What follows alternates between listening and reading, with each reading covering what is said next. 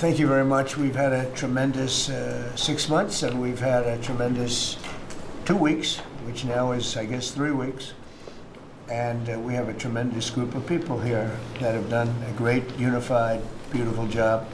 I want to, in particular, because of what she's gone through this last few days, done an incredible job. As you know, Christy, I'm going to ask you to say a few words about Texas. The first person there was the first person I saw on television was you, actually. And you've worked great with the governor, who's terrific. And you might want to tell a little bit about the trials and tribulations, but we appreciate the job that you and everybody have done. You had people there as fast as anybody's ever seen. So I really appreciate it. We all do. And maybe you could say a few words. Sure. Well, thank you, Mr. President. I want to thank you for your leadership. Texas is strong, and the people of Texas are incredibly strong. They've gone through something that is absolutely horrific, and it is heartbreaking to watch these families suffer the way that they are. As soon as this flash flooding event happened, the governor has activated his emergency responders. Nim Kidd is his emergency management director, who is incredible, and has immediately worked with the local first responders to get help to individuals and get them evacuated, put requests in to me. We deployed, sir, right away, as you know, because you and I were talking a lot during this time, the Coast Guard. We also had some assets out of Customs and Border Protection. Our board TAC teams went in and helped with rescues and clearing debris so that we could get roads open and people get the help that they need. I think when I got there the most, sir, that day, as soon as I arrived on site, was getting a briefing from all the emergency responders, was just how unified they were in focusing on the fact that we're there to save lives. They were there to rescue people, find people who were still alive, and to reunify them with their family members. We as a federal government don't manage these disasters. The state does. We come in and support them, and that's exactly what we did here in this situation. FEMA went to an enhanced level immediately, but as soon as you signed the major disaster declaration, we were able to get them resources and dollars right away, just like you envisioned, through state block grants to help them with cleanup. And we're still there in presence, and FEMA's been deployed, and we're cutting through the paperwork of the old FEMA, streamlining it much like your vision of how FEMA should operate, and it's been a much better response to help these families get through this terrible situation. We still are looking for people. We're still looking for a lot of little girls and other family members that were camping along that river, and they will continue until they find every single person, and we will continue to help them and assist in that. I was surprised when I got there at the camp that day, right after this happened, the parents that were there, the parents that were looking for their children and picking up their daughter's stuffed animals out of the mud and finding their daughter's shoe that might be laying in the cabin, and just hugging and comforting people matters a lot. I'm extremely grateful for God's hand in that whole situation, because hundreds and hundreds and hundreds of people were saved. And this is a time for all of us in this country to remember that we were created to serve each other.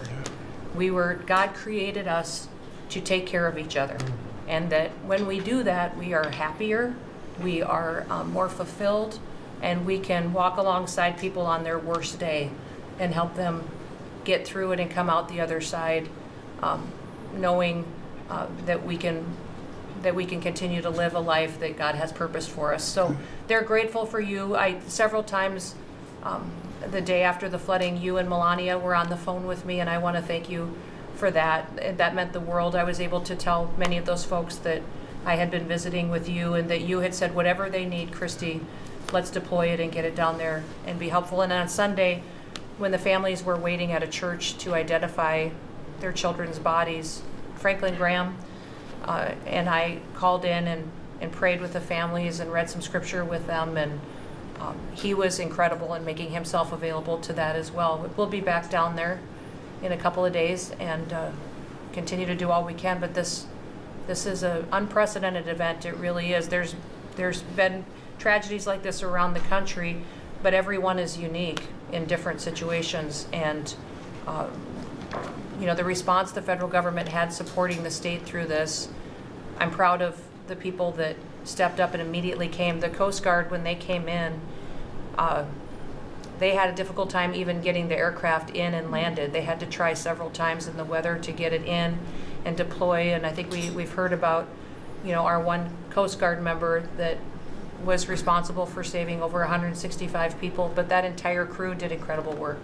And all the first responders there did incredible work. And I know people are getting tired now, but they're getting reinforcements and volunteers are showing up. And I just want to commend the governor and his team for being the leaders. And they're so thankful that you're letting them make the decisions and manage the response like it should be. And then us supporting them with the resources of the federal government. We've already deployed dollars to the state, much like the block grants that you've talked about. Right. So they're grateful for that, sir. There's never been a wave like this outside of the breaking of a dam. Because this was almost a wave that ended up being 30 feet high, more actually. Now with the dam you can understand it, but this approached almost with that speed. When you see a dam break, it's not a pretty sight. It wipes out everything, and this is the kind of thing that built up so fast. And it's happened 2 or 3 times before over the years, but not to this extent. But tell them when you met the father who was picking up the daughter's clothing. And I had walked through so the sad. cabin where all the little girls died, and I had kind of fallen apart in there, but I walked out of the cabin, and a gentleman was standing there, and he said, that man over there needs a hug. And so I walked over to him, and I hugged him, and I said, do you work here? And he said, no, my little girl was in that cabin. And he said, and I just found her best friend about an hour and a half ago. She had passed away. And he just fell apart. And so then we just hugged and talked for probably an hour about that. But then there was the grandpa was there looking for his granddaughter as well. There was a dad there of one of the counselors. The counselor was alive, but she was dealing with the fact that she had hung on to some of these girls and was trying to keep them out of the floodwaters and had gotten hit by something and had lost 2 of the girls and wasn't able to hang on to them and was going to live the rest of her life thinking about that moment when she wasn't able to hang on to these girls. But these parents were picking up their kids' belongings out of the mud and throughout the camp and putting them in bags. And then one of the dads said, I knew 50 of these girls here.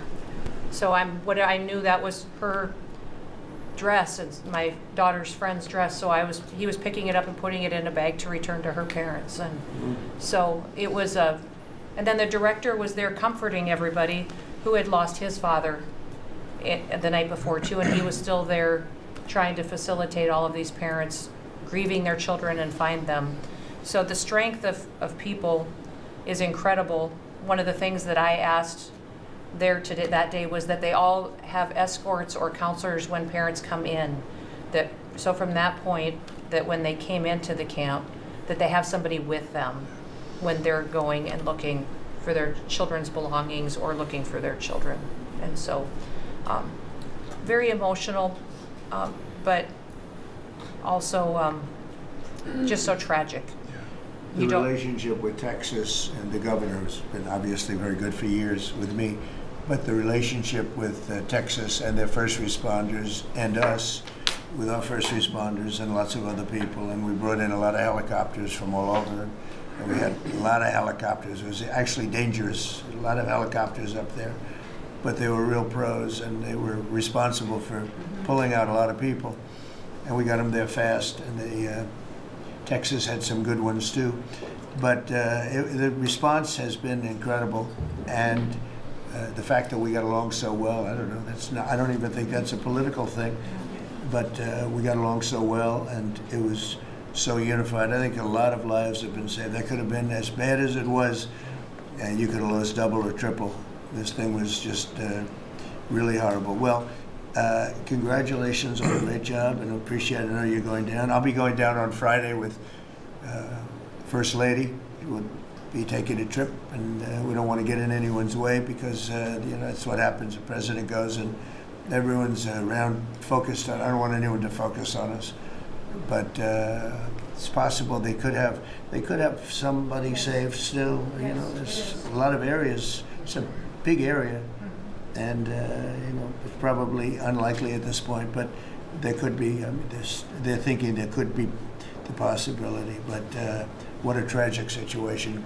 A good job, and we'll see you on Friday, and we'll finish out the day here.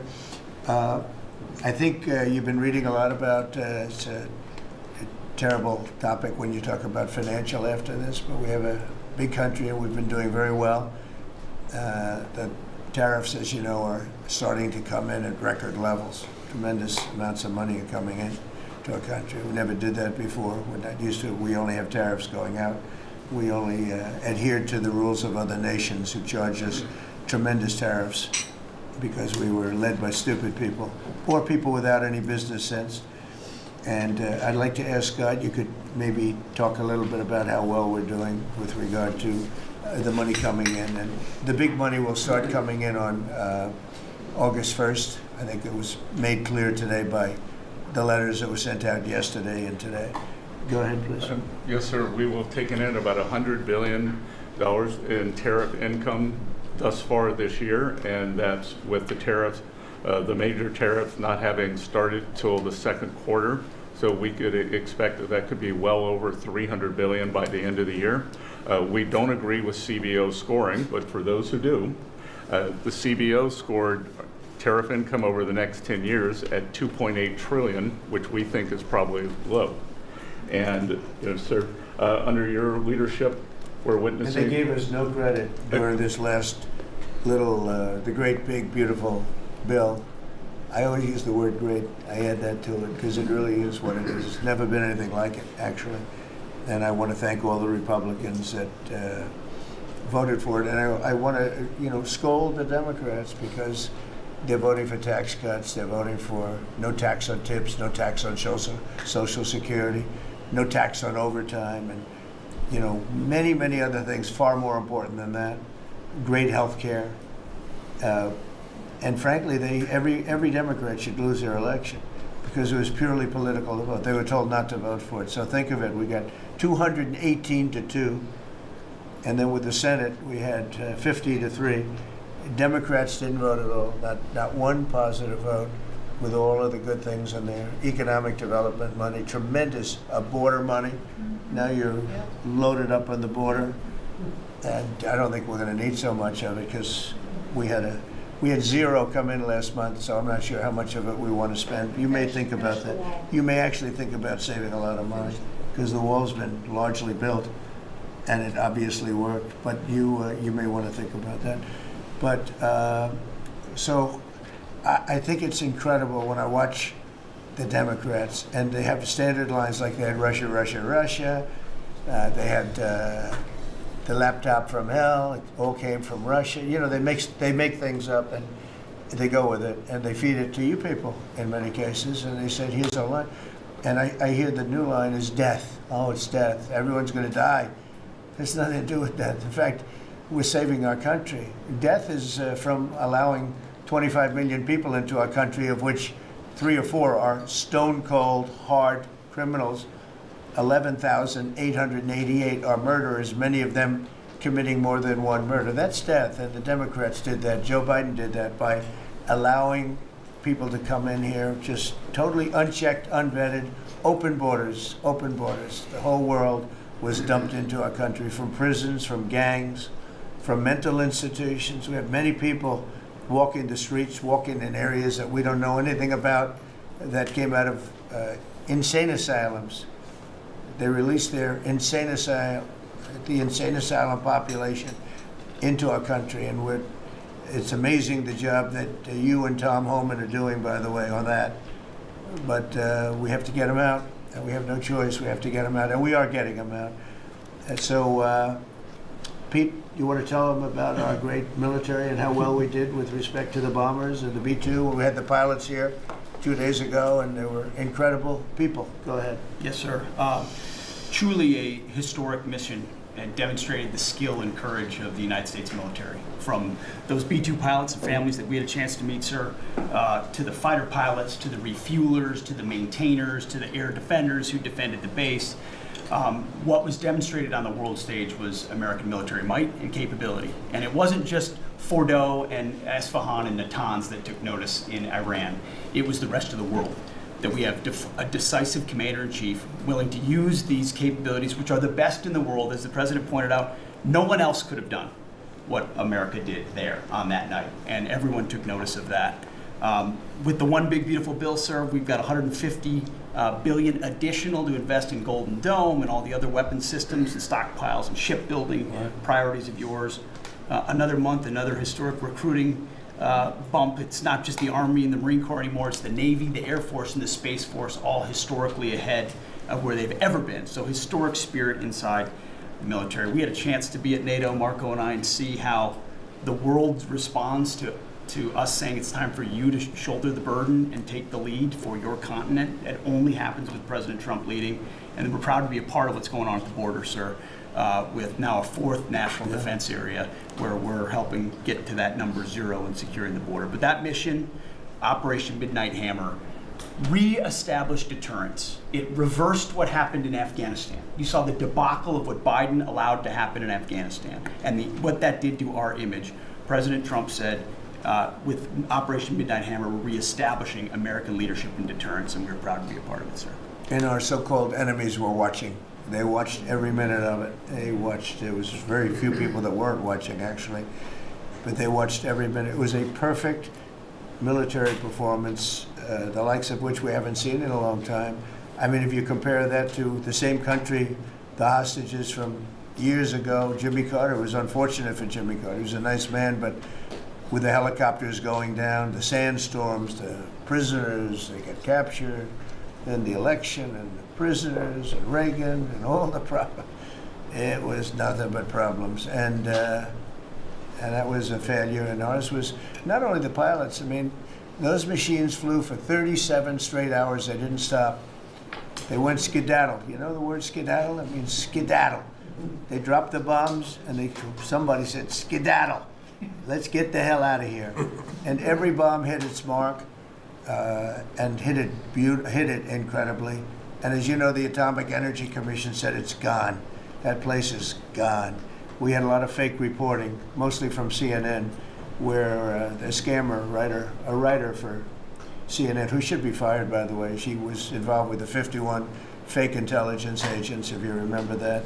She did that story, created a story out of it. She created a story out of the laptop from hell, saying it came from Russia, but it actually came from Hunter Biden's bedroom, or worse.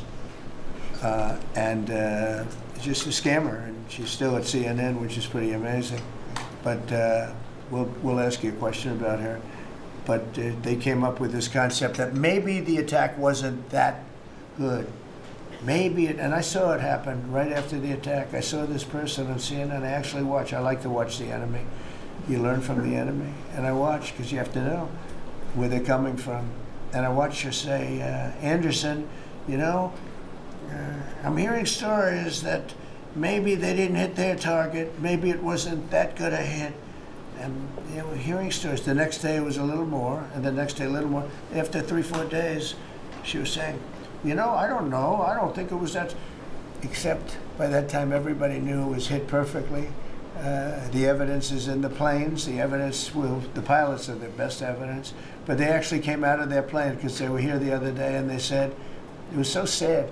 We did such a good job. We flew into very dangerous airspace. I'll never forget, we were in the Situation Room, and they said they have entered Iranian airspace, and everyone took a deep breath because they had more missiles pointed at them, but the equipment is so good, it's stealth, way up in the air, and it was stealth, and they went right through that, and they sort of, by the time they found out they were there, they were already gone.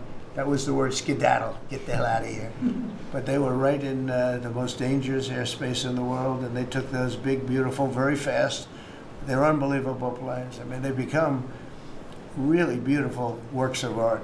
You know, I always thought they sort of were cool, but now they look better than just cool, don't they, huh? But they dropped the loads, and literally they would hit if you look at this table from here to there, they had a half a refrigerator door is the way to best explain it. Take a refrigerator door, average size, cut it in half. That was their target. They hit every single one. Then we had 30 missiles, Tomahawk, shot from submarines 300 miles away. Every one of them hit their target. It was a perfect mission. Then they came back, almost 37 hours. Every plane worked perfectly. The mechanics were here too. I said, you got to get the mechanics here. We didn't have any problems. If you remember, they had a lot of problems with the helicopters, but they did fly through a dust storm, which they shouldn't have done. Sometimes you say, let's go back and try it on a nicer day. Dust and sand don't work well with helicopters if you know much about helicopters, but that was a horrible embarrassment to us. Then we had Afghanistan, which I think was the most embarrassing moment in the history of our country, and we would have gotten out. I was the one that got them down. I would have kept Bagram, the big air base, which right now is controlled by China, one among the most powerful runways in the world, thick with concrete and steel. Anything could land, and right now they were 1 hour away from where China makes its nuclear weapons. I was keeping it. Outside of that, we were leaving, and I would have been out faster than them, but we would have gotten out with strength and dignity. Instead, that was the most botched up mess I've ever seen. They left all that equipment behind, and every year they have a parade running down some third-rate street with the equipment. You know, it's supposed to be Fifth Avenue. It doesn't work. But with all that equipment that they left, they should have taken every ounce of it. I was taking every ounce. I said every screw, every bolt, every nail you take out of there. And Millie said, I remember one time, sir, we're better off leaving the equipment. Why? Well, it's cheaper. I said, cheaper? You mean it's cheaper to leave a $150 million airplane rather than flying it into Pakistan or India or someplace, or just flying it straight home? It's cheap. Yes, sir. That's when I knew he was an idiot.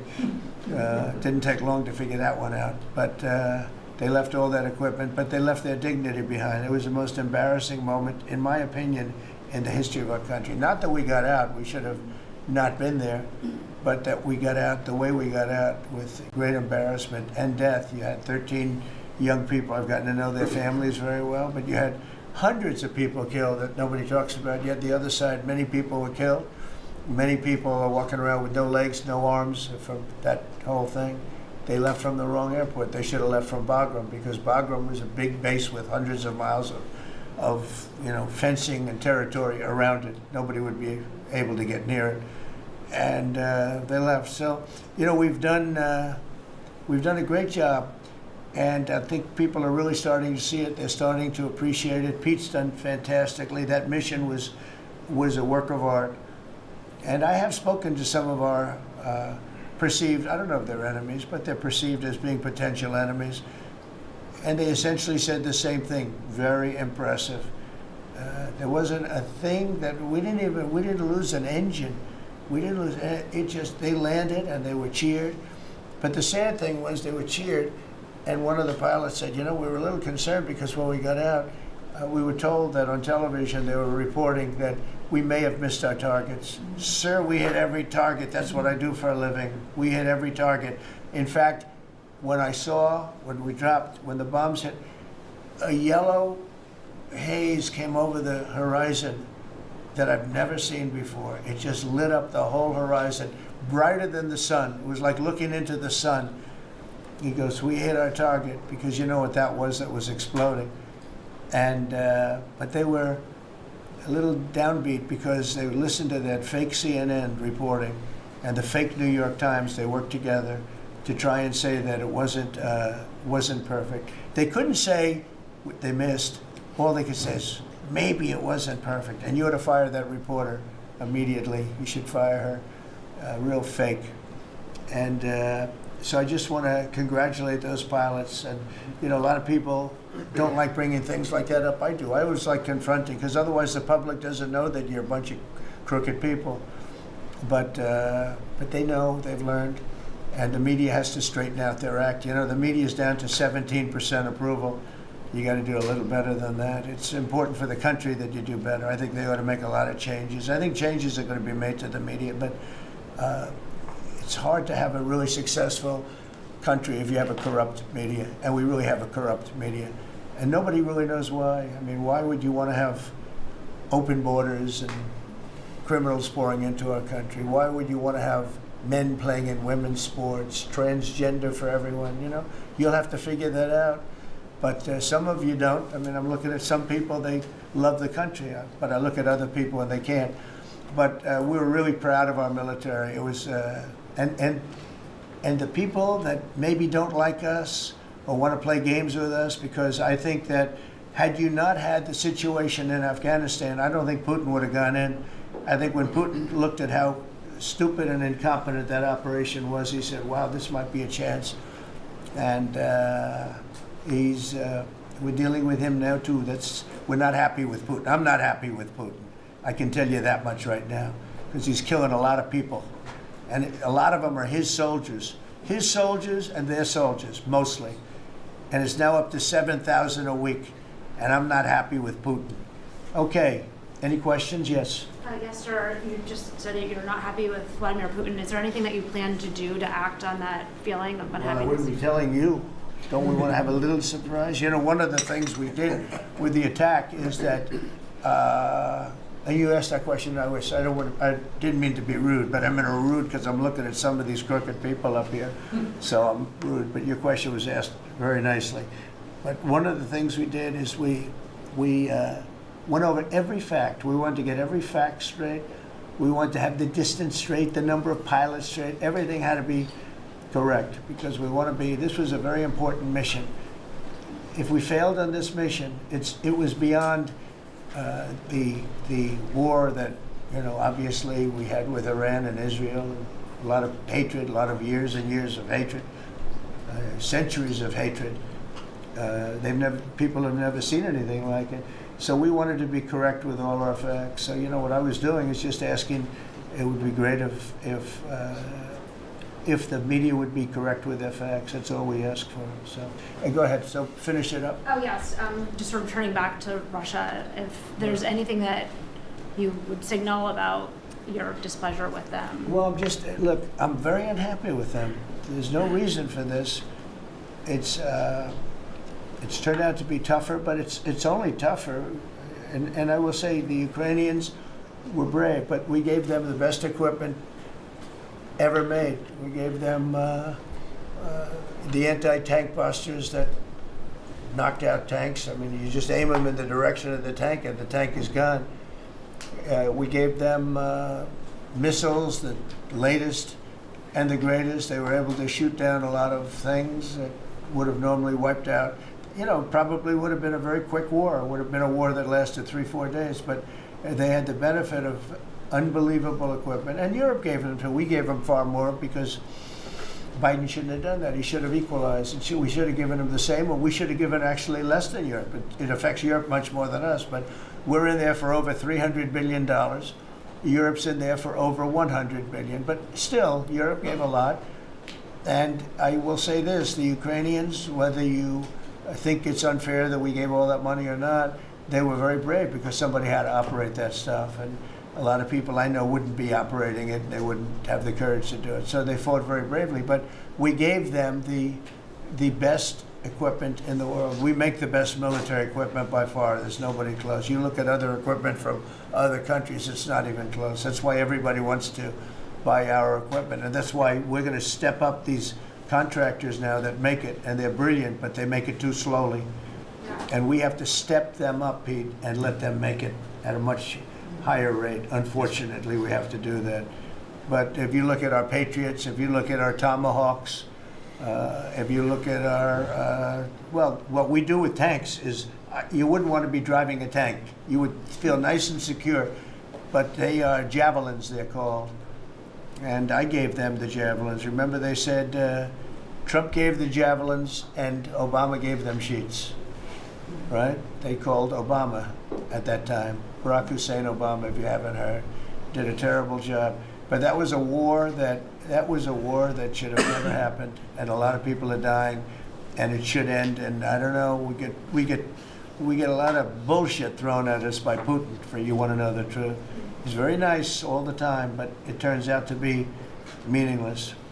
Do you want to sanction him? Lindsey Graham has a sanctions bill on Russia. Do you want him to move I'm that looking bill? at it, yeah, no, I'm looking. The Senate is passing and passed very tough sanctions bill. Yeah, I'm looking at And it. you'd sign that? It's an optional bill. It's totally at my option. They passed it totally at my option and to terminate totally at my option. And I'm looking at it very strongly. Yesterday you said you want to see more Go ahead, weapons. please. The Council of Economic Advisors released a new report saying that imported goods have actually decreased in price from December. I know, it's not through a- March. Well, my question is, With the tariffs. Well, the Fed chairman keeps saying that tariffs are going to cause price increases. Are we the sure? prices just not Chairman passed of the through? Fed? Yes, exactly. Well, Are the you prices- do a better job than him. Thank you. Are the prices just not passed through yet? No, I think what's happening is everything's evening out. You know, when we charge, see what people don't understand, the other countries have been charged, almost every country charges us tariffs. We had deficits with everybody for years, for decades. And we were like this big monolith that made bad deals with everybody. We rebuilt South Korea, we stayed there. It's okay, we rebuilt it and we stayed there. And they pay us very little for the military. I got them to pay billions of dollars, and Biden then canceled it when he came in. I sent to South Korea as an example. We give you free military, essentially, very little. And I think you should pay us $10 billion a year. And they went crazy. But they agreed to 3. So I got 3 with a phone call. And I was satisfied. I said, but next year we have to talk. And then we had a rigged election, and we never got to talk. And you know what Biden did? They probably went to him and they said, listen, Trump treated us terribly and we shouldn't be paying anything, and he cut it down to nothing. So that's what happens. It's ridiculous. That's the other thing. We're talking to countries about contributing to the military, not only just paying more in NATO, but contributing. We have 45,000 soldiers in South Korea. We have 45,000 soldiers in Germany, 52,000 actually. And that's a huge economic development for them. That's tremendous amount, just like having a city. It's tremendous money for them, and it's a tremendous loss for us. So we're talking, in a very nice way, we're talking to them about it. It's very unfair. We supply the militaries to many very successful countries. I mean, South Korea is making a lot of money, and they're very good. They're very good, but, they should be paying for their own military. President Trump, can I ask you a question about Jerome Powell as well, and then the question to the Attorney General? Jerome Powell, and then I have a question for the Attorney General. Jerome Powell, who you've been pressuring to lower interest rates, he's facing accusations of lying to Congress, which is a potential crime about the Well, then he opulence. should resign immediately. We should get somebody in there that's going to lower interest rates. Do you want congressional Why don't you Republicans call to- for his resignation? Do you want congressional Republicans to investigate and It's pursue okay and with punish? me. I think he's terrible. I think, look, we're paying, I call him too late. T-O-O, too late, like Too Tall Jones for the Dallas Cowboys, right? Too late. He's always late. But he wasn't late with Biden before the election. He was cutting him like crazy. It didn't help too much, did it? But he was cutting him like crazy before the election with Kamala and Biden. He was trying to get them in, I guess. I don't know. He was recommended by somebody that worked for me. I like you better. If I can ask the Attorney General a question too, President. Sure. Your memo and release yesterday on Jeffrey Epstein, Yes. it left some lingering mysteries. One of the biggest ones is whether he ever worked for a American or foreign intelligence agency. The former Labor Secretary, who was Miami U.S. Attorney Alex Acosta, he allegedly said that he did work for an intelligence agency. So could you resolve whether or not he did? And also, could you say why there was a minute missing from the jailhouse tape on the night of the set? Yeah, sure. If I Could could, I just interrupt for Sure. 1 second? Are you still talking about Jeffrey Epstein? This guy's been talked about for years. You're asking, we have Texas, we have this, we have all of the things. And are people still talking about this guy, this creep? Some That other is unbelievable. Do you want to waste the time, and do you feel like answering? I don't mind answering. I mean, I can't believe you're asking a question on Epstein at a time like this, where we're having some of the greatest success and also tragedy with what happened in Texas. It just seems like a desecration, but you go ahead. Sure. First, to back up on that, in February, I did an interview on Fox, and it's been getting a lot of attention because I said, I was asked a question about the client list, and my response was, it's sitting on my desk to be reviewed, meaning the file, along with the JFK, MLK files as well. That's what I meant by that. Also, to the tens of thousands of video, they turned out to be child porn downloaded by that disgusting Jeffrey Epstein. Child porn is what they were. Never going to be released, never going to see the light of day. To him being an agent, I have no knowledge about that. We can get back to you on that. And the minute missing from the video, we released the video showing definitively the video was not conclusive, but the evidence prior to it was showing he committed suicide. And what was on that, there was a minute that was off the counter. And what we learned from Bureau of Prisons was every night, they redo that video. It's old, from like 1999. So every night the video is reset, and every night should have the same minute missing. So we're looking for that video to release that as well, showing that a minute is missing every night. And that's it on Epstein. Mr. President, just on the tariffs again, August 1st, you said is the deadline. What incentives do countries have to negotiate? It seems that deadline keeps moving. It was April 2nd, now it's... We didn't move, no. It's always been August 1st, that's when we're paying.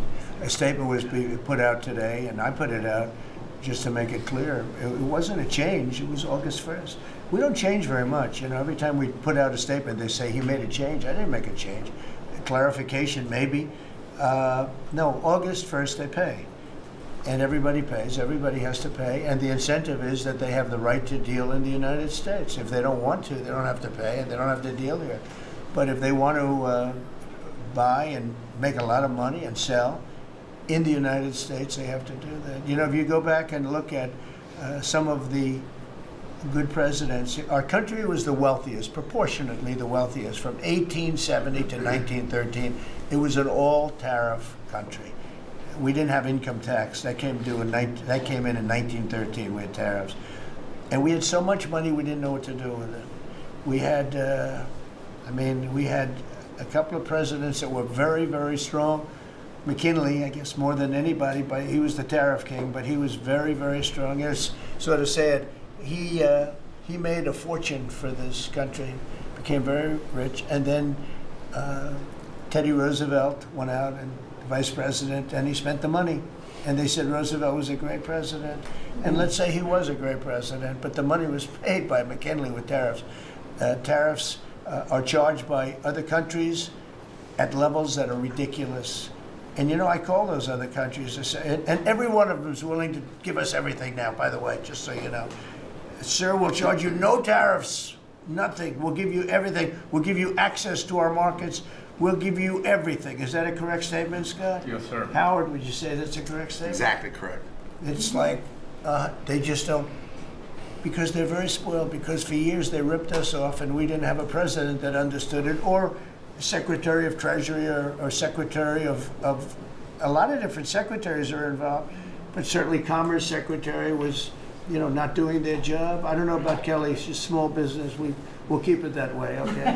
Her small business is bigger than almost all big businesses when you add it all up. But no, they are very respectful of our country. But the incentive is that they have the right to do business with us. Without that, they don't have the right to do business. And that will be okay, too. And with the next flurry of deals, Yeah, go ahead. in the next 24 hours, will we hear a flurry of deals? Yeah, we have a lot of them going out. But the deals are mostly my deal to them. We're picking a number that's low. We don't want to hurt them, and fair.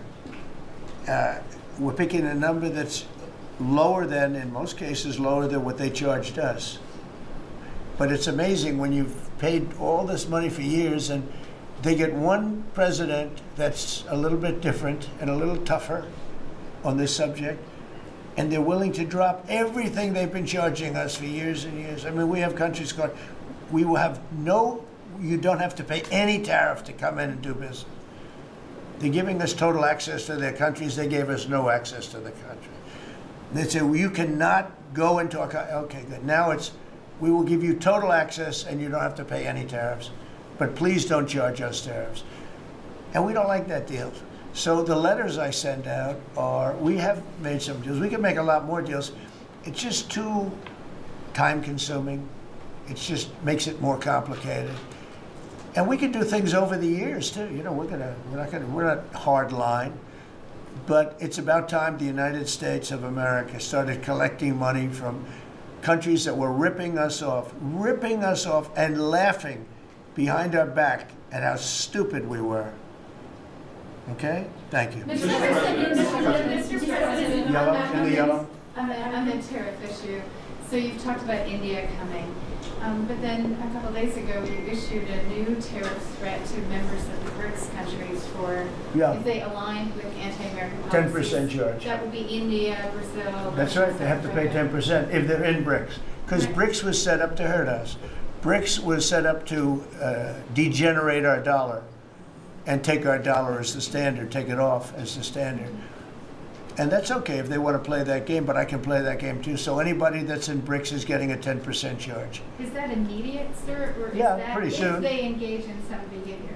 Well, if they're a member of BRICS, they're going to have to pay 10% tariff just for that one thing. And they won't be a member long. I thought BRICS was, I said this about a year ago, and it largely broke up. But, there are a couple that hang around, but I thought it largely broke up. BRICS is not, in my opinion, not a serious threat. But what they're trying to do is destroy the dollar so that another country can take over and be the standard. And we're not going to lose the standard at any time. If you have a smart president, you will never lose the standard. If you have a stupid president, like the last one, you would lose the standard. You wouldn't have the dollar as you. And if we lost the world standard dollar, that would be like losing a war, a major world war. We would not be the same country any longer. We're not going to let that happen. The dollar, you ever hear the expression, dollar is king? The dollar is king. We're going to keep it that way, okay? And I'm just saying, if people want to challenge it, they can, but they're going to have to pay a big price. And I don't think any of them are willing to pay that price. Red dress, please. Thank you, Mr. President. Are you optimistic about reaching the tariff deal with the European Union soon? Well, the European Union has been speaking to us, Ursula and the whole group, and they've been very nice. They treated us very badly until recently. Now they're treating us very nicely. It's like a different world, actually. They've treated us very badly. They were among the toughest to deal with. Actually, in many respects, they were much worse than China. Look at what they do to our companies. They sue Apple, they sue Google. 17 billion they got from Apple on a lawsuit that they didn't have a case. They have, judges that are European Union judges. And they ruled, they take so much money away from our country in terms of that, in terms of other things that they do. They're very tough, but now they're being very nice to us, and we'll see what happens.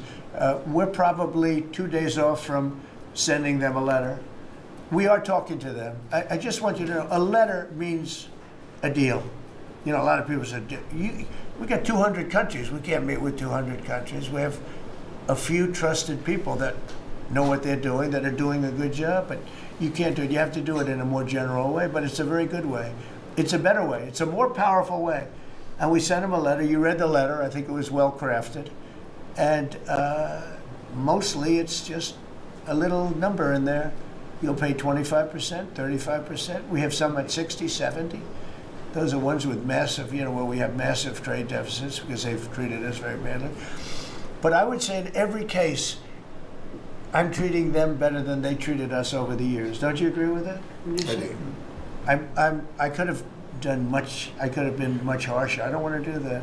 We want to have relationships, but in every case, they treated us far worse than I'm treating them. I'm treating them very good. I could go higher with the tariffs, but I don't want to hurt them. That's why when you just read it, you come up with the number. It's so incredible that prices are actually going down. Just so you know, when I got in, everyone said, "Oh, eggs are going through the roof." That was the first. I was in for about 4 days, and they started screaming at me about eggs. They said, "That's Biden's problem." I didn't know about eggs, but eggs went up about 5 times. You did a fantastic job, and we ended up shortly getting. In fact, for Easter, they said, "Go out and buy plastic eggs. You can't use real eggs." Well, we bought 200,000 eggs for the White House for the Easter egg hunt that we have at the White House, and there were eggs. We had the price down, and now the price is lower than it was before. We did a good job with eggs, but we did a good job with groceries. Our prices are down in this country. A big part of it's oil. The oil, you had a couple of places last week. You had $1.99 for oil, for gasoline. Nobody thought they'd see that. I want to get it lower if I can, but we've done a good job. You've done a very good job. Do you want to say a couple of words about that, you and Chris, about what's happening with energy? Well, absolutely, but I would say on the pricing side, President Trump, the fact that you've endorsed and supported a policy of energy dominance, that sends a signal to the market that we're going to have more supply. You talked during the campaign about inflation being a country buster. You've broken in the back of inflation. In 6 months, among all the other things you've accomplished. We have no inflation. And we've got, and then heading into the 4th of July, these were the lowest gas prices at the pump in 4 years. And again, for Americans, this is like hundreds of billions of dollars that stay in their pockets because we lower the price of gas at the pump. And when we lower the price of energy, it lowers the price of food. It lowers the price of the clothes you wear. It's the biggest thing. It's the biggest thing. It's like a big tax cut. When you get energy down, every 50 cents is like a massive tax cut, and we've gotten it down much below that. You know, we had great energy, great low prices, everything else. When the election turned over, I'm trying to be nice about it. It turned over, shockingly, but nevertheless it happened. Energy started going up, and it went up really bad, and then he went back to the Trump policy. The problem was they didn't know how to do that, and he lost it. He lost that sucker. That big sucker was out of control, and his energy prices went way up, and that's what caused it. But it was also stupid spending. They spent money like, they used to use the term drunken sailors, but I won't use that term. Although it is very descriptive, I won't use that term. I refuse to use it. But they spent money at levels that nobody had ever seen before, and trillions and trillions of dollars wasted on the Green New Scam, greatest scam in the history of our country, other than maybe Russia, that might have been. But the Green New Scam was the single greatest scam in the history of our country, and continues to be, but it's weakened badly. It's hobbling along because people are they're finally getting it. But they spent trillions of dollars on the Green New Scam, getting nothing for it. Devised by a couple of young people that weren't even good college students, you know? Not even good students. Check out their marks. Can you Yeah? clarify jobs. Can you Let's clear get something up, jobs Mr. President, No, on what you said last not night? for CNN. You said you The would last, send Not more for jobs. CNN. Go ahead. The You last said you would jobs, send more in the last to jobs report, Ukraine. Mr. President, in the last jobs report, the manufacturing jobs actually lost 7,000 jobs. When will the investments that you've been talking about have an effect? Well, on they're the- building the plants now. About 7 have started. We're going to have hundreds started within a short period of time. Lee Zeldin, who may be the most important man in this room, I'm sorry, but he's the one that gets the permits. Where is Lee? He's the one that has to get the permits for the plants and the factories, and permits that used to take 5 years, he's getting in record-setting times. AI, we're leading China a lot in AI, and if we go with this, you know, I'm allowing the plants to build their own electric. I'm allowing them to become an electric utility, so they can produce their own electricity, because we need double to be successful with AI, which is the biggest thing now. We need double the electricity that we have, which is hard to believe. We need even more than that. And they're building plants with their own electricity substations. They don't have to use the grid. And anything they build extra, they're putting into the grid. So we're supplying the grid with brand new electric sources. And you know, it's funny, when they came to see me, they never even asked for that. I told them about it. The reason they didn't, they thought that was an impossibility. You're not allowed to build your own electric. These are massive investments that are being made in building electricity for their plants. And they're going to have, I think, Doug, a lot of electricity left over. And that electricity is going to be passed into the grid and give us no more, you know, like you look at California. They have blackouts and brownouts every week. They're totally out of control. They have a really incompetent governor. Where's Chris? Is he here? Do you want to speak to the subject? Yeah, I think a huge thing in the One Big Beautiful Bill, Mr. President, because of your leadership, is the ending of these subsidies, as you call them, the Green New Scam. That saves our country $500 billion over the next 10 years. But American taxpayers were paying twice. They were paying that money, $500 billion in the subsidies, and they were paying more expensive electricity price. If you subsidize something, you should at least lower the cost of it. But in this case, we were subsidizing something and paying more for it. So the One Big Beautiful Bill had two huge things: ending wasteful spending, Wind, solar, and batteries combined are 3% of U.S. total primary energy. 3% for $1 trillion, another $500 billion coming. It's just not a good investment, hurting our businesses, hurting our consumers.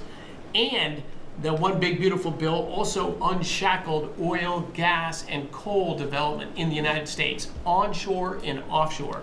Secretary Burgum has been working tirelessly on how, by getting the government out of the way, private businesses will develop more resources in the United States, lowering costs for American consumers and making much better leverage for the United States to help our allies abroad and reduce the power of our adversaries abroad. So just a huge win on the energy front all around, and I thank you for your leadership. We're setting records now on energy, and there'll be nothing compared to what they'll be in about a year from now, but we're setting records. And wind is a very expensive form of energy. It's very bad for your beautiful surroundings, the plains and the valleys, and the birds are dying all over the place. You know, the whole thing is a disaster. They're almost exclusively made in China. Not that I have anything against China, because I don't have a great relationship with President Xi, but I asked him, how many wind farms do you have? He makes them, but they don't have a lot of wind farms, I'll tell you, very, very few. And wind is tremendously expensive and is very ugly. And if you own a house that's inside of a windmill, your house is worth less than half. And you hear noises. And interestingly, in New England, you probably read, where for 50 years they had 2 wells washed up, 50 years. And last summer, they had 14 washed up. Now, I'm not saying that's the wind farm that was built, but maybe it is, right? Probably is. It's tremendously expensive, and it can only be done with subsidy. You know, I know a man that's in that business, and one of the biggest in the world actually runs a company that builds these stupid windmills. And he said, I hate the business because it's the only energy where you need subsidy. He said, energy shouldn't need subsidy. You should make money with energy. So wind.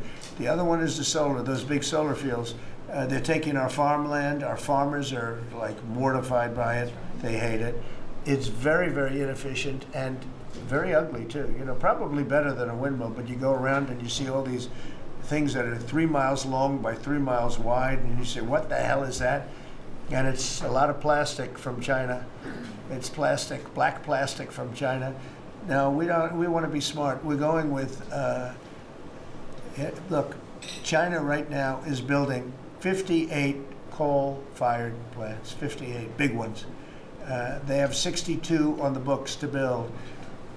We've reintroduced clean, beautiful coal, because you know you can do a lot with coal now. Clean, beautiful coal, and natural gas, and all of the other things that we have. But we don't want wind, and we don't want solar, because they're a blight on our country. They hurt our country very badly, and smart countries don't use it. Solar sounds good, I will say, and I like, on occasion, you'll see a roof which is made of solar brick, but it's a smaller use. We need the kind of thing that's going to fire up our plants, and it's not going to be wind, you know, that is very intermittent, as you probably know. But they've spent a fortune. They've spent trillions of dollars on this stuff, and I'll just give you one other story. A friend of mine is a very successful guy. He went back to see his mother in Minnesota, hadn't seen her in a long time, and he wasn't back for 10 years, which isn't a nice story. I mean, you don't see your mother for 10 years. She's got some difficulties, which I know the guy, he does have some difficulties. He's very successful, but probably not the nicest person. It was actually longer than 10 years, but he went back and he told me he wanted to go and look at the valley. There's a valley in Minnesota that he thought was so beautiful. And I hadn't seen it in a long time. He's driving along the road. He said, oh my, I'll use the word gosh, oh my gosh. He said, oh. He said, it looked like a junkyard. You had 159 windmills. They were all over the place. Some were old, some were newer, different companies, different shapes, different sizes, different colors. Many of them were terminated. Terminated meaning closed. You can't take them down because the environmentalists don't let you bury the blades because they're made out of a fiber they say is bad for the earth. So they want you to put them up, but they don't let you take them down. But many of them were turned off. He said it looked like a junkyard. Go to Palm Springs, California, and take a look at that pile of junk. And you go into a wealthy neighborhood. Before you get there, you have to ride through hundreds of windmills that are, most of them are turned off, they're rotting, they're rusting, they're 30 years old, 20 years old, and they have a very short life. You know, those windmills have a very short life, especially the ones that are in the nice salty Atlantic Ocean and Pacific Ocean, where the salt just gets under that steel and decimates it. No, it's a horrible, horrible thing for our country. And I speak out. It would be nice to say wind, because it sounds so good, doesn't it, Doug? Wind, wind. But it's not. It's these ugly machines, and they're all made, you gotta see, some are a little taller, a little shorter. They're made by different companies. They have different stocks. They have different blades. They have different everything. It is so horrible. And if you look at smart countries, they don't use it. Smart countries don't use it. And we're now a smart country. We're not we're a brilliant country. We're not smart. We're brilliant now. We're going to be a brilliant country. We have to be, because we have to catch up for some really stupid people that did a bad job. Yes, Brian? Yes, Mr. President, I've got a quick comment, some feedback as a native Texan, someone that I grew up bringing my kids to a camp very near the affected camp now. Thank you on behalf of Texas. I've gotten hundreds of messages that want to thank. If you're in the cabinet room, you can tell the president and his team on behalf of Texans, thank you so much for the quick response and the loving and the hugs. I saw that you gave. Two quick questions. I saw a Palestinian senator. His name is Schumer. He's a great Palestinian. No, he's a Palestinian. He's become a Palestinian. He's abandoned the Jews. But I saw him say, it's Trump's fault. Yeah, that's right. It's Trump's fault. He was actually, do you ever see John Lovett's The Liar? Where he goes, yeah, I went to Harvard. That's right. This was Schumer. He goes, yeah, it's Trump's fault. That's right, it's Trump. I actually saw that stupid guy try and blame it on me, and I said, man, that's a tough one to take. But his career is limited, because I hear AOC is going to beat him, and she's no bargain either, by the way. Go ahead. Well, I'm just saying that's an example of an America First team effort to get this country back. So that's what America First looks like for the viewers watching us at home. My two questions. It looks like we have a rogue judge, an Obama-backed rogue judge that is attempting to block the funding to Planned Parenthood, which the big, beautiful bill cuts off the funding to Planned Parenthood. Any plans to challenge that? Good. Absolutely. Yes, we're on it. We're on it. And I texted, I believe, I talked to yesterday Secretary Lutnick and Secretary Besson. I reached out to you to let you know that we were on it in the big, beautiful bill. Wonderful. And then I let her handle that question. Did you notice? I said, go ahead, handle that question. I'll toss it to her. Then my second question was Secretary Rollins. You did an amazing press conference today in front of the Department of Agriculture. You talked about the Farm Act and the need to get China out of our country, owning farmland. For the viewers at home that might have missed that, can you recap what that means to national security to make sure we can grow our own food? Well, thank you, Brian, sir, if you don't mind. Yes, this morning, Secretary Hegseth, Secretary Noem, and Attorney General Bondi and I had a press conference at the USDA. I just happened to have a chart in case it came up, but obviously the Chinese owning of farmland in our country is a massive national security issue. And for the media, you can see the yellow is where all of the farms have been purchased over the last number of years, and the red is around all of the military bases where that farmland has been purchased. So this is a massive national security issue. The press conference this morning included 3 of our greatest governors as well, Sarah Sanders from Arkansas, Jim Pillen from Nebraska, and Bill Lee from Tennessee.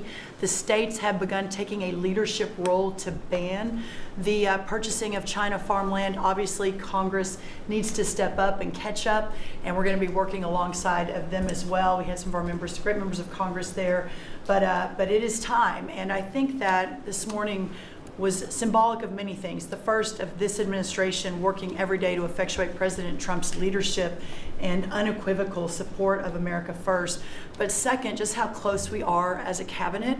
I don't know in any other administration that you'd have 4 cabinet members at the USDA on a Tuesday morning when it's about 110 degrees outside with the sun beating down on us, talking about, sir, your vision. So I think it was a great day. It was just the start. There's an executive order coming and some other things coming behind that. But protecting America's farms isn't just about protecting our farmers. It's also about national security. So that's what we discussed this morning. I do want to say that I think we have had a really good relationship with China lately, and we're getting along with them very well. They've been very fair on our trade deal, honestly, and I hope we're going to have a great relationship. It's a big, strong, powerful country. We're more powerful than they are. We have much better military equipment than they do, but we are getting along with them very well. I'm getting along with President Xi very well. We speak often, and with all of that being said, and I understand what you're saying, but I think we're getting along with China very well. Mr. President, you have sent more weapons to Ukraine, as you said last night. Last week, the Pentagon paused some shipments of weapons to Ukraine. Did you approve of that pause? We want to put defensive weapons because Putin is not, he's not treating human beings right. He's killing too many people. So we're sending some defensive weapons to Ukraine, and I've approved that. So who ordered the pause last week? I don't know. Why don't you tell me? I think that's a question for the Go ahead. Mr. Yeah. President, on immigration, the Secretary of Agriculture did say this morning that undocumented workers would not be covered by any amnesty who are working on farms. You had said maybe that the ISA folks won't go after those folks on farms. So which is it? There's no amnesty. What we're doing is we're getting rid of criminals, but we are doing a work program. Do you want to explain that, please? Yeah, this morning we talked about, of course, this was a top of mind question. This morning we talked about protecting the farmers and the farmland, but obviously this president's vision of no amnesty, mass deportation continues, but in a strategic way, and then ensuring that our farmers have the labor that they need. Secretary Chavez-DeRimmer has been a leader on this. Obviously this comes out of the Labor Department, but moving toward automation, ensuring that our farmers have that workforce, and moving toward an American workforce. So all of the We've above. got to give the farmers the people they need, but we're not talking amnesty. Laura, do you want to say something about that? Thank you, Mr. President. On this, thank you, Secretary Rollins, how important this is never to displace the American worker. What the Department of Labor is doing is focusing on what the law entails now, being more modernized, more streamlining, to work through the H programs. We're going to have a concierge approach to that, where we have developed a new office to answer the need of our farmers and ranchers and producers, and not to displace the American worker, and follow within the law now, and that does not include an amnesty program at all. And we've seen that working, and we'll continue to have that roll out. On the other topics that we've somewhat talked about, the jobs numbers, Mr. President, 4 months in a row we've seen those jobs numbers increase. That's an exciting time for our manufacturers. That was asked earlier. We know it's going to take some time, but through that deregulation process that Lee and I are working on as well, the Department of Labor has rolled out 63 new deregulations that we're going to be moving through. In the first Trump administration, it was successful with over 30. We've just rolled out 63 new ones in order to double down on those manufacturing companies, to let them know that we have signaled through this process that we will assist them in getting the workforce that they need. It's an exciting time. That one big beautiful bill, that was the signal to my former colleagues in Congress to get this done. It's been an important time. I spent time on the ground visiting 7 states in 9 days prior to that bill being passed, because it was the most pro-worker piece of legislation that we will ever see really in this country right now. No tax on tips, no tax on overtime, no tax on Social Security. That matters to the American worker, because we don't want to take their money and give it back. We want them to keep more of their hard-earned dollars in their pockets currently, and that's what they're excited about. And as I move forward with these tariff talks, I heard a company, orthopedic company in Indiana, say to me, for the first time since you have taken office, Mr. President, their increase in their bottom line by 8% since these tariff talks have happened. Not one company has said the president is not doing a good job. These tariff talks are working. They're feeling it on the ground. The media has told a false story, because what's happening on the ground is positive, and that's what we're seeing in these jobs numbers. So I really, through the Department of Labor, to come in behind all the secretaries and build this workforce is going to be key to the American worker. So thank you for what everybody did this last week. The one big beautiful bill is a doubling down of this, and we're going to see these workers start to grow. And that apprenticeship program is going to be working. That's We'll right. have that It's gonna be- million apprentices across the country. We, as you know, we're building plants all over the country now, which you weren't building any plants 4 years ago. You weren't building anything. But those plants, when they open up, it's going to be, you'll see numbers like you haven't seen ever. I don't think in history you'll never see numbers like what we're going to see in the very near future. Many of them are building the plants. Some are just starting right now. You know, it's a brand new administration. But, and they wouldn't be here except for two things. November 5th, the election, and the tariffs. And frankly, I guess the election was more important because of the tariffs. I mean, another person wouldn't have done this. But they're coming in because of the tariffs. They have to, they're not going to pay 25, 30, 40, 50%, 70, and 100%. And we'll be announcing something very soon on pharmaceuticals. We're going to give people about a year and a half to come in, and after that they're going to be tariffed if they have to bring the pharmaceuticals into the country, the drugs and other things into the country. They're going to be tariffed at a very, very high rate, like 200%. We'll give them a certain period of time to get their act together. But they were all here, now they all left. They went to other places because we allowed, people that sat in this room allowed it to happen. And I don't allow it to happen. The people in this room don't allow it to happen. So we're going to be announcing pharmaceuticals, chips, and various couple of other things, you know, big ones. We did steel, as you know, they're 50%. We did aluminum, 50%. Lumber just came out. That's copper. And we did cars. And now, today we're doing copper. What would that tariff be on? The section tariff? I believe the tariff on copper, we're going to make it 50%. 50%. Any breakthroughs on See, I'm glad he Gaza? didn't question it, because Any I sort of thought, what would that be? That was a quick one. I didn't have much time, but he agreed with me. That's why he's Howard. Any breakthroughs on Gaza with the Prime Minister, and there's reports that you're meeting with Netanyahu again tonight? Is that Yeah, I correct? am. He's going to come over again tonight. We're talking about Gaza, mostly Gaza right now. It's he's been very unfairly treated. I think what they've done to him in Israel is very unfair, having to do with this trial. I think, you know, he's a wartime prime minister, had an unbelievable outcome, and I think he's been treated very unfairly. But he's coming over later. We're going to be talking about, I would say, almost exclusively Gaza. We got to get that solved. Gaza is a tragic. It's a tragedy. It's a tragedy. And he wants to get it solved, and I want to get it solved, and I think the other side wants to get it solved. Steve, could you talk on that, please? We're in proximity talks now, and we had 4 issues, and now we're down to 1 after 2 days of proximity talks. So we are hopeful that by the end of this week, we will have an agreement that will bring us into a 60-day ceasefire. 10 live hostages will be released. 9 deceased will be released. We're meeting at the President's direction with all the hostage families to let them know. And we think that this will lead to a lasting peace in Gaza. And you're doing a good job. It's a tough one. It's a tough one. A lot of hate, you know. This is called long-term hate. But we think we're going to have it solved pretty soon, hopefully with a real solution, a solution that's going to be holding up. And can I follow up? This is, I think, the first cabinet meeting since Elon Musk has not been a special government employee, not here anymore. He's now saying he's going to create a third political party. Are you worried about the impact that could have? No, I think it'll help us. It'll probably help. Third parties have always been good for me. I don't know about Republicans, but for me. Are you second guessing any of the cuts that Doge made since you No, described him as no. off the rails Look, the other day? we cut hundreds of billions of dollars with Doge. We could have done it differently. I would have done it differently a little bit, maybe, but it was something that we saved a lot of money. You can always second guess. I guess some of the people in this room maybe would have done it slightly differently, and some would have done it exactly the way it was done.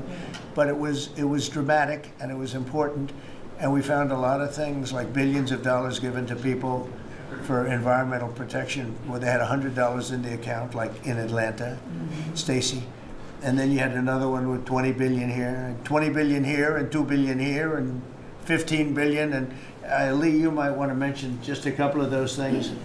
We really got because of Doge. At the Trump EPA, the one big beautiful bill was filled with many big beautiful wins for the taxpayer. It delivered a sledgehammer to the Green New scam. Billions of dollars rescinded. It's a big deal for the American taxpayer who sees money go through pass-throughs that are filled with self-dealing and conflicts of interest. They see unqualified recipients. They see reduced agency oversight, and they want accountability with their tax dollars, and they got it.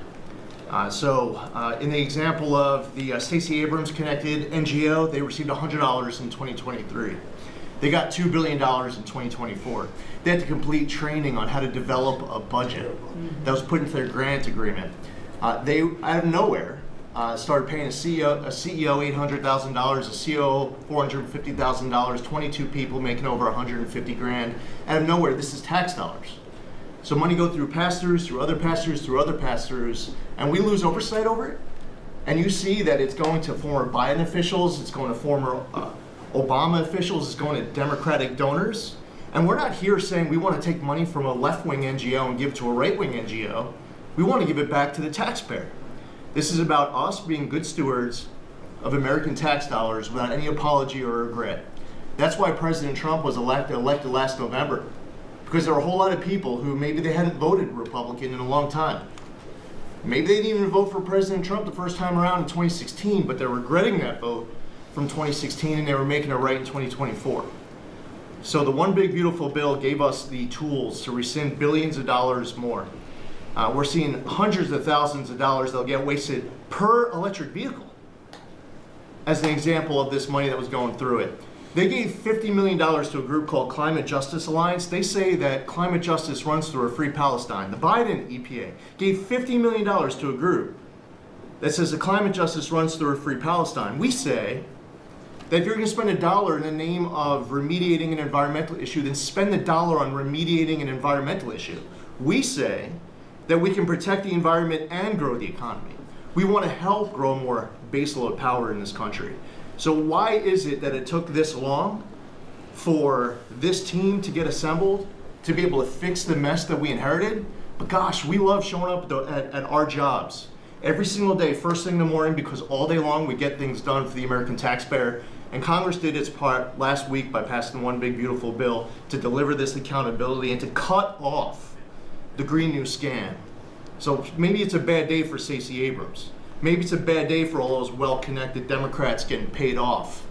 But you know what? God bless America. Because at the end of the day, President Trump is here, J.D. Vance is here, and the greatest cabinet ever assembled to deliver that much-needed and highly demanded accountability. Well said. That was a very good answer.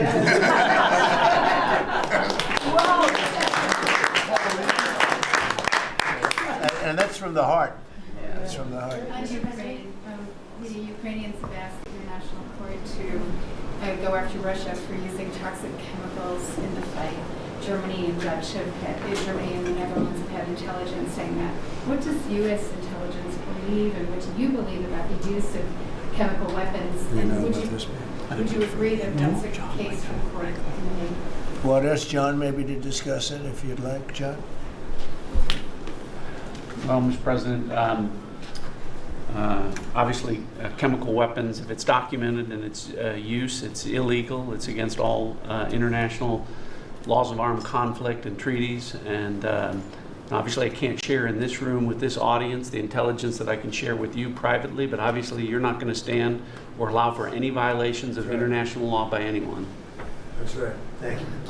Could I ask Sean to Department of Transportation, Sean Duffy, former great congressman, very popular, decided to go out and make a couple of bucks. He made a lot. Then he got bored with that, though. He likes serving people better, the people. And could I ask you to just discuss a very important subject to me, and that's the modernization of our equipment at airports so that planes aren't crashing into each other and bad things don't happen. It should have been done many years ago. We were going to do it, and then the election precluded that, unfortunately, but we're doing it now. Could you tell them where we are? Yeah, if I could start with Newark. You guys all covered what happened in Newark. We had outages for a couple of 30-second outages a couple months ago. We have, in 2 months, Mr. President, it's historic speed, laid new fiber lines for communication. and tested those in the next month. So those new lines for the Philly Tracon that controls the Newark airspace, they're up and running, lightning fast speed. June was the most on-time June ever in the history of Newark for air travel. So that's going incredibly well. By the way, we shouldn't have dealt with this because Joe Biden and Pete Buttigieg had moved the center from New York to Philadelphia. They didn't test the lines. They didn't do the work, which is what brought us all these problems. But in the big beautiful bill, we got $12.5 billion. This is a historic investment in air traffic control. And so what the money is going to allow us to do is move from copper to fiber all over the country. So new copper lines. We think we can do that in a year and a half to 2 years. We have radar that dates back to the 1950s, some of it from the 60s and 70s. We get brand new radar across the country as well. We have some infrastructure money to build TRACONs and centers, the en route centers that control the traffic across the country. So this is a massive new start to rebuild air traffic control. And again, this is dilapidated. Americans think that their government takes care of them and makes the investments that are necessary to make the country work. And for 30, 40 years, the investments weren't made. And so under your leadership and direction, we are making those investments. And per your direction, right now we are interviewing what we could call a general contractor or an integrator. One company to manage. It's a massive project. The FAA is not qualified to manage this kind of a project. So we are now going through the process of finding who that one company will be to manage the whole project. We'll interview those companies together and make that selection. So we'll write one big beautiful check to one beautiful company that'll be responsible for this whole build. But if I just make one last point, this is not enough money. We're going to need more. But this is a massive new start. The biggest investment. We'll need some more money on top of it, but a great start from the big beautiful. It's a starter. The starter. It's very important to us. And just to cover that, there have been accidents, and my pilots, I would often hear them say, "Oh, good," and they would use a different system, a different country to land in New York. They'd use the radar and other things from a different country. I said, "What's that?" He says, "Oh, our system is so bad." And I knew that. We were all set to start. And Buttigieg came in, and what they did was so crazy because they hooked it copper into fiber, into steel, they had all different systems. They had hundreds and hundreds of contractors, different contractors for different airports. They spent billions of dollars, and they made the system worse because you can't hook copper into fiber. It doesn't work that way. You just can't do it. It's not doable, but they tried to do it. Didn't work out too well. And in the end, it was just a complete disaster. We want to have one great company. Now, Raytheon's going to bid, IBM's going to bid. We have 5 or 6 bidders that really are good and do this stuff. And we want one, because I know about overruns. I look at the railroad out in California, headed up by one of the worst governors in our country, who I used to get along with actually, but he's just, when you lose 25,000 houses and you would have had your cities burned down. If we didn't step in, Los Angeles would have been burned to the ground. But you look at that, and I said, I really know how to build. And you got to have one guy, one contractor, one great one, whether it's IBM or Raytheon is good, but you have 4 or 5 that are really, really great, and they're all bidding against each other. But you don't want to have one doing the wire and one doing the digging and one doing the demolition and then they're all saying they all blame each other because they're saying they were late and therefore you have to pay me millions of dollars more money. I know the system so well, and we're going to have a great company do the whole thing. We're going to get a fantastic price. Maybe we'll get them. They're very big and very strong, and maybe we'll get them to make a contribution toward getting it done at the right price. But we're going to have a great system. When we finish, we will have the best system on earth, done by one of the 2 or 3 best companies. There are only a few companies can do this. This is not. But if you would have seen what this other group did, they were going crazy. They had, I heard 3,000 contractors. And then when it all came together, guess what? It didn't work. It's a disaster. So we're going to have in a pretty short period of time, so it'll take us about 2 years to build it. And we'll have a contract given out probably over the next couple of months. We have some great bidders, some great companies that want to do the job. You're going to have great air traffic control. Can I just make one last point on this? So the last administration signed a contract with an American company to fix the copper to fiber, and that contract was a 15-year contract. The system is failing today, but that's how idiotic and incompetent the last administration was. And under your leadership, we're saying, listen, we don't have time. We don't have 15 years. We don't have 5 years. We have to do it right now. And so the president always talks about on time and on budget. We have embraced that. We are going to be on time and on budget. And by the way, you mentioned a train out in California.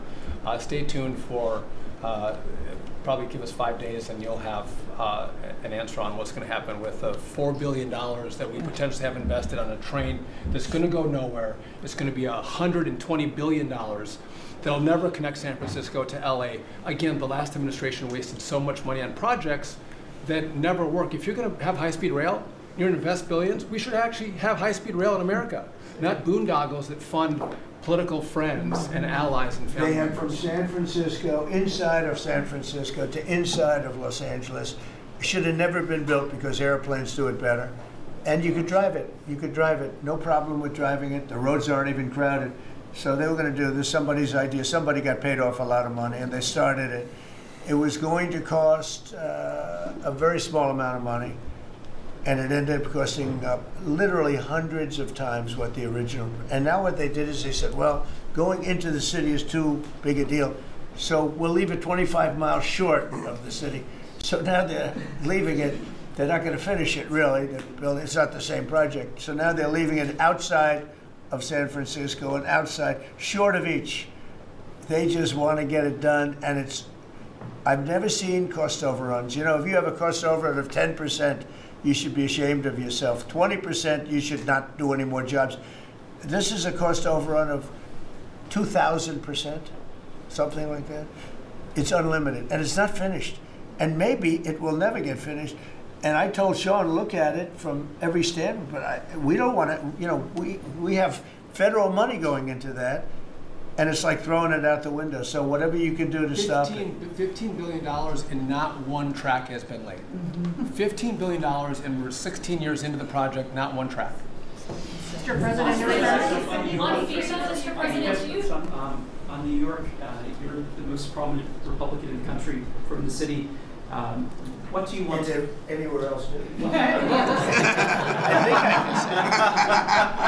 I don't want to be a wise guy. Perhaps I can. Maybe Marco. But how do you want Republican voters in the city to vote in the upcoming mayoral election? Should they vote for Eric Adams? Should they vote for Sliwa? Should they pick someone else? Look, number one, you have a communist running, and you shouldn't vote for him. He's a disaster. He's leading. He's got the Democrat nomination because that shows you where the Democrats have gone. He actually wants to take over the grocery stores of John Catsimatidis, who's a great guy, a rich guy, grocer, does a good job, wants to take over. He actually called me the other day. He's concerned his stores are going to be taken from him, and they won't be run like John runs them. Believe me, he runs a good operation. But he actually said he wants to run his own grocery stores. No, this is a man who's not very capable, in my opinion, other than he's got a good line of bullshit, and he's convinced them to go with him. Now, as you know, Cuomo, who does have capability, is running, but he got knocked out, and now they're running as, you have Eric Adams, the current mayor, you have Cuomo, and you have Curtis Sliwa. And Curtis runs every 4 years. He seems to be a fixture on the running scale. But you know, it's I'm not getting involved. But I can tell you this: I used to say we will not ever be a socialist country, right? Well, I'll say it again: we're not going to have. If a communist gets elected to run New York, it can never be the same. But we have tremendous power at the White House to run places when we have to. We could run D.C. I mean, we're looking at D.C. We don't want crime in D.C. We want the city to run well. Susie Wiles is working very closely with the mayor, and they're doing all right. I mean, in the sense that we would we would run it so good, it would be run so proper, we'd get the best person to run it, the crime would be down to a minimal, would be much less. And, you know, we're thinking about doing it, to be honest with you. We want a capital that's run flawlessly, and it wouldn't be hard for us to do it. And we've had a good relationship with the mayor, and we're testing it to see if it works. But New York City will run properly. We're going to bring New York back. I love New York. You know, I loved New York for a long time. Then we had a bunch of crooked people in there. You have an attorney general who's a total stone cold crook, New York State, Letitia James, a total crook. All they do is want to go after political opponents. They do what's ever expeditious for them. She's the one that took out Cuomo because she wanted to run for governor, and then she ended up getting 1% of the vote. She polled at 1%. She dropped out, went back to attorney general. You have a lot of crooked things going on in New York. We're going to straighten out New York. Maybe we're going to have to straighten it out from Washington. But when I see a communist who has actually gotten a Democrat, pretty much gotten the Democrat nomination, they also went to that new form of voting, which is a beauty. You go in there in third place, you come out in first.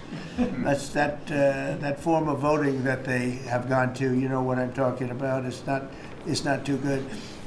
We're going to do something for New York. I can't tell you what yet, but we're going to make New York great again also. We're going to make it great again with the country. What we've done in this country in the last 6 months, nobody has ever seen it. And I told the story, the King of Saudi Arabia, I was over there. They gave us $5.1 trillion between Saudi Arabia and UAE, Qatar. 3 stops, $5.1 trillion coming into our country as an investment, biggest investment ever made. And it's all going to good stuff. I mean, all real big, good stuff. Energy projects, big, big things. But they all 3 told me essentially the same thing. We thought your country was dead, and now you've got the hottest country in the world. We're right now riding the hottest country. We all, and you can all be proud of it. We're in the hottest country. This is the hottest country in the world. There's nobody close. Made hotter by some great pilots and great machines that nobody else has. Those great, big, beautiful machines, they rode those machines right into the toughest territory. And nobody knew what the hell happened. And then they hit their targets perfectly, and it was complete and total obliteration. And that's why that war ended, Steve. They told me that's why the war ended. The war ended when they saw that, it was over. And we're very proud of it. But we have the hottest country in the world right now, from a country that was close to dead. And if I didn't win, if you would have had the other person win, we all know who she is. Whether it was she or Biden, they're the same. He may have been more competent than her, and that's hard to believe, right? But if you had that ideology in, I don't believe you would have had a country anymore. I think you would have had a country that was broken up. But we had a dead country. Now we have the hottest country in the world, and everybody knows it, and everybody said it. Mr. Vice President, do you have anything to say? Well, thank you, Mr. President. I just want to say that I'm very proud of the whole team. I think everybody has worked together. You see Pete and Marco and Steve working on some of the diplomacy, Christy and Pam working on the border. We just have a really, really solid team, and we've done a lot of good work. And in particular, I want to congratulate the White House staff led by the President on getting the One Big Beautiful Bill passed. Yeah. I was personally skeptical, sir. I never told you this, but I was skeptical we'd be able to get that thing done by July 4th. We did it because we worked together and we worked very well. So it's an honor to be a part of it, but I'm really proud of you guys for doing a great job. The beautiful thing about it, it had something for everyone. That's right. Most people said it had to be broken into 7 bills. It's so big. The problem was that some of those 7 have nothing for anyone, but they had to be done for the country. You know, sometimes you have to do things for the country that aren't necessarily popular. We had a couple of them, and that wouldn't have worked. So the One Big Beautiful Bill, many people said it could never be approved. Too big, too everything. There's too much. But it had something very big and very important for everyone, and it's great for the country. And remember, the Democrats have come up with a false narrative, you know, just whatever. It's just a line that they send to everybody and that they print. I think in the case of this, it's death, death. Everyone's going to die. I heard that. Everyone's going to, just the opposite. Everyone's going to live. What we're doing is saving our country and making it much bigger, better, and stronger than it ever was. I'd like to ask, Marco's been doing such a great job. Do you have anything to say? Well, it's just going through a list here, Mr. President, and I think the Vice President's pointed out to the great team you have, and all these achievements that have happened domestically. But you think about it, under your leadership, we prevented and ended a war between India and Pakistan. NATO's now at 5% for the first time ever, the highest numbers ever. A peace deal between the Democratic Republic of Congo and Rwanda. A 12-day war that ended with an American operation that we're the only country in the world that could have done. Hopefully, pretty soon, a peace deal between Azerbaijan and Armenia. The entire Middle East and the infrastructure of it has the potential now to change because of Syria and Lebanon, and it hasn't even been 6 months. Sure. It hasn't even been 6 months, so it's a great testament to your leadership in this team. Well, thank you very much, and you've done a fantastic job. Could I just ask Linda, she's involved in so much, she's so talented and so good, and she's working on a couple of little things like Harvard, who was given $5.5 billion over a short period of time. We caught him on that one, that's crazy, but you're working on so much, you want to bring education back to the States. How are you doing? Well, absolutely, and thank you for the opportunity. I think on the big, beautiful bill, what we saw, with school choice, that's finally on a national basis at the state level, but there are opportunities now for scholarships more and more often for kids who are attending schools. It's going to be a big turnaround. I think one of the biggest accomplishments we had over the past week was the University of Pennsylvania with the Title IX ruling that Leah Thomas was stripped of her title. Riley Gaines and Paula Scanlon and other women who have stood, so strong against men and women's sports. And when you put out the executive order, that just solidified and gave them the opportunity. So those are a couple of really, really big wins, and thank you for that opportunity. And how are you doing with Columbia and Harvard? We're negotiating hard. I think we're getting close to having that happen. It's not wrapped up as fast as I wanted to, but we're getting there. Okay, good. And you've done a fantastic job. Thank you very much. You've been a good team. Yep, you have a great team. Around this table, a lot of people have helped with that. That's right. Thank you very much. Maybe just in closing, we spent a lot of time, effort, very little money on this room. This is called the Cabinet Room. It's been here for a long time. And it had some pictures that were not many of them and not very good ones. And I actually spent time in the vaults. The vaults are where we have a lot of great pictures and artwork. And I picked it all myself. I'm very proud of it. That's Andrew Jackson, the great Andrew Jackson.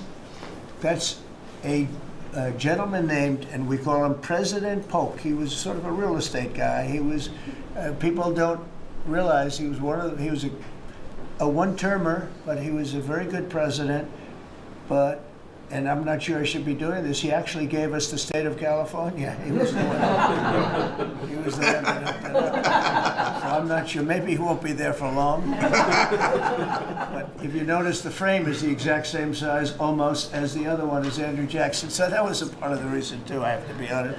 But Polk was actually a very good president who's got the same frame that I needed, okay? And up here you have the original George Washington right behind the light.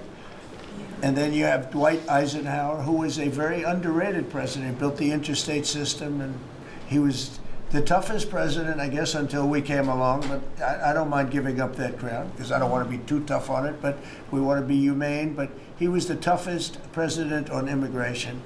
He was very strong at the borders, very, very strong. And sometimes you can be too strong. He was strong on the borders, and during a certain period of time, they were so strong that almost every farmer in California went bankrupt. And we have to remember that. We have to work together. We have to remember that. But he was a very good president and a very good general and a very good president. And I thought he deserved a position somewhere on this floor. And then you have, this is very exciting to me, he was not a Republican, to put it mildly, but he was, he was a four-termer. He was Franklin Delano Roosevelt. And if you notice, there were a lot of ramps outside. We have ramp, people say it's an unusual place for a ramp. It was because of him. He was wheelchair bound, but he was an amazing man. It's an amazing portrait, and we used to have him in the room, a different portrait, and it was a terrible portrait. It was almost like it was done by a child. And I used to say, I can't believe that he would have approved of that portrait of himself. And I was in the vaults and looking at things. I said, what's that? And we have some great curators here. We have 6 curators at the White House. They have 2 for paintings, they have them for furniture, they have them for different things. I guess cost is no object. Okay, cost is, maybe I'd have 1, but that's all right. But we have 6, and they're very talented, though. And he said, that's a picture of FDR. I said, really? Let me see it. They took off the wrappings, very well preserved. And I said, that's the picture they've been looking for years. That was the picture of Franklin Delano Roosevelt. And I said, oh, wow. And likewise, that frame-wise, it just doesn't work. It doesn't work if you have, I want to be nice, but it doesn't work if you have a big frame, a little frame, but it's like perfection. I'm a perfectionist. The mirror was down in the vaults also. I said, where is this from? And it's a very old, very storied mirror, beautiful. We put that up. And then over there is Honest Abe Lincoln. And that picture was in his bedroom. And we thought that this would be a very important place because this is where wars are ended. I'm not going to say wars are declared. I'm going to say wars are ended, okay? We'll be positive. And that's the picture of Abe Lincoln from his bedroom, sat in the bedroom for many, many years. That was his favorite picture of himself. And the Lincoln bedroom's very famous. You remember when Bill Clinton had it and he rented it out to people. Okay. We don't do that. But it's an incredible room. And we took that picture from his bedroom. That's Abe Lincoln. And then over here you have John Adams, and it's they were the first occupants of the White House, 1800. And John Quincy Adams, Mrs. Adams, they were the first occupants. So we have them looking at each other, and in between their stare is Abraham Lincoln trying to make peace.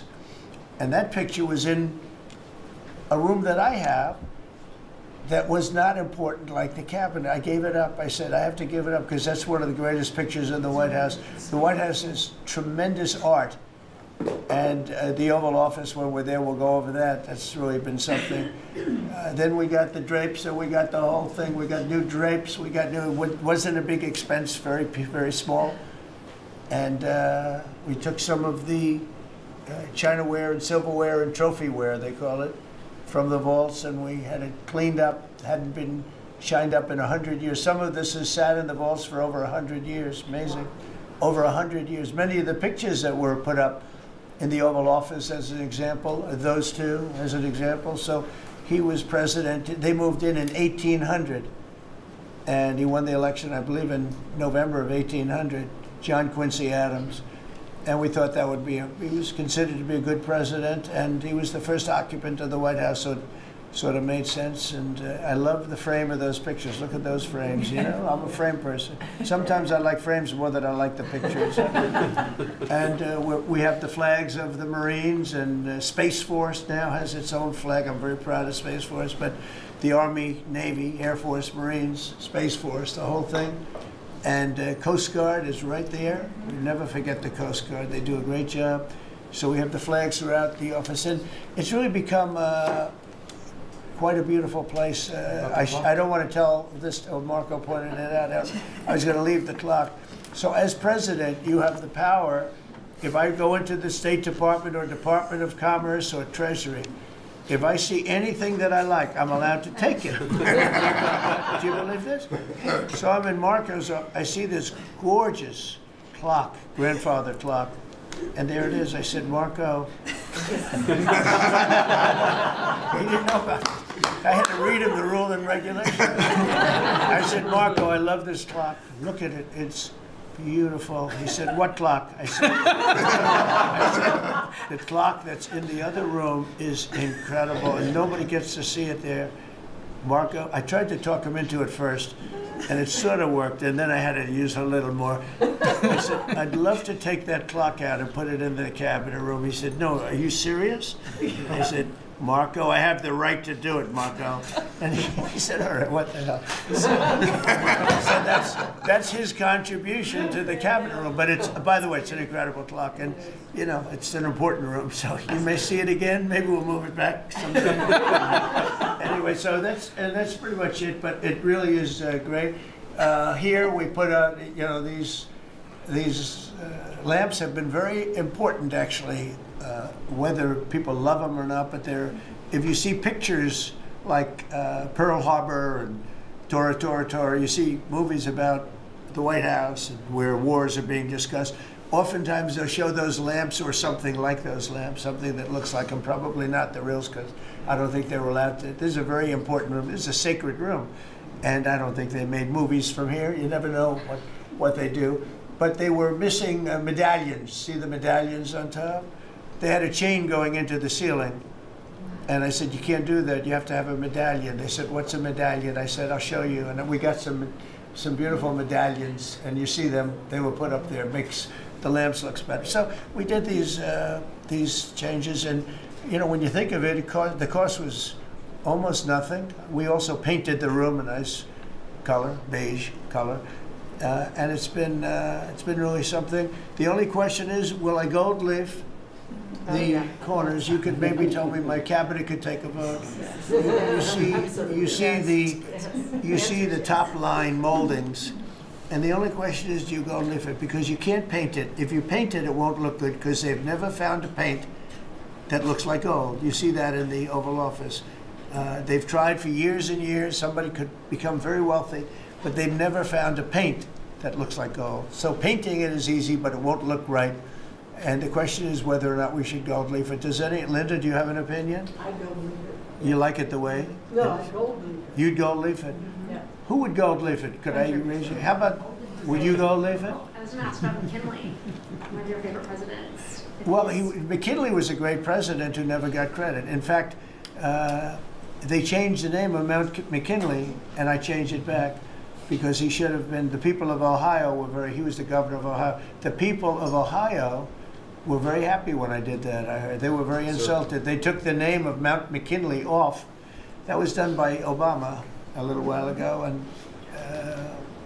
I had to change it back. I changed it back. He actually was a great president. He was a president. He was the tariff, the most, I guess, since me. I think I'm going to outdo him, but he was a tariff president. He believed that other countries should pay for the privilege of coming into our country and taking our jobs and taking our treasure. That's the way he explained it. They took our jobs and they took our treasure, and for that they should pay.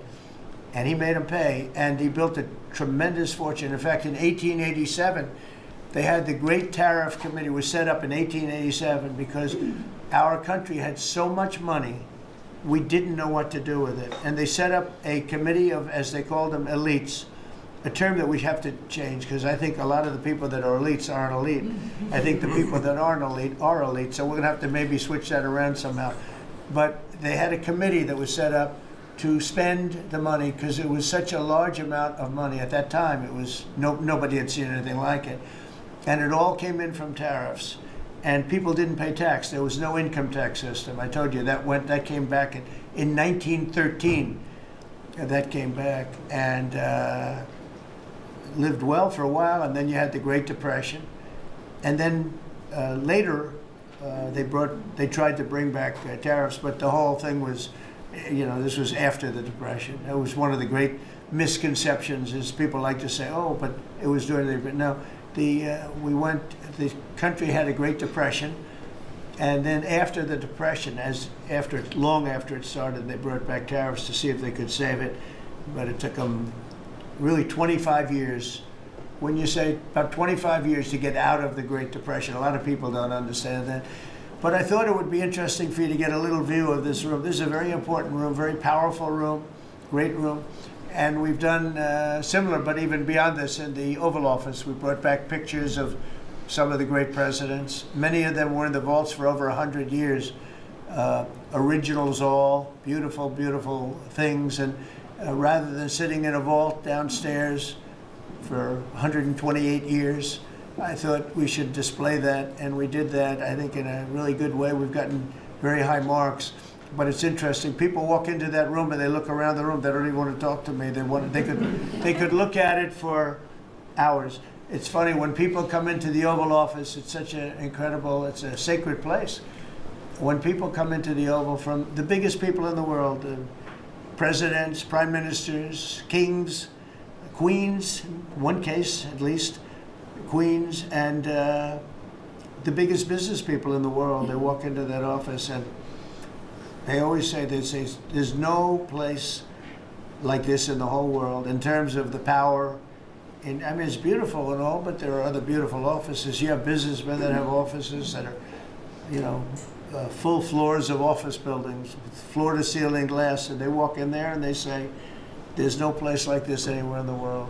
There's no place. And, it's what it represents maybe more than the physicality of the room itself. So it's an honor to have you all, media. It's an honor to have you. I just want to say we have a fantastic cabinet. Every one of them is a star in my book. And if they're not, I'll let you know about it. I'll throw them to the wolves. I'll throw them to the wolves in 2 seconds because our country comes first, right? But I just want to thank you all for being here. It's been a lot of fun. Thank you very much, everybody. Thank you.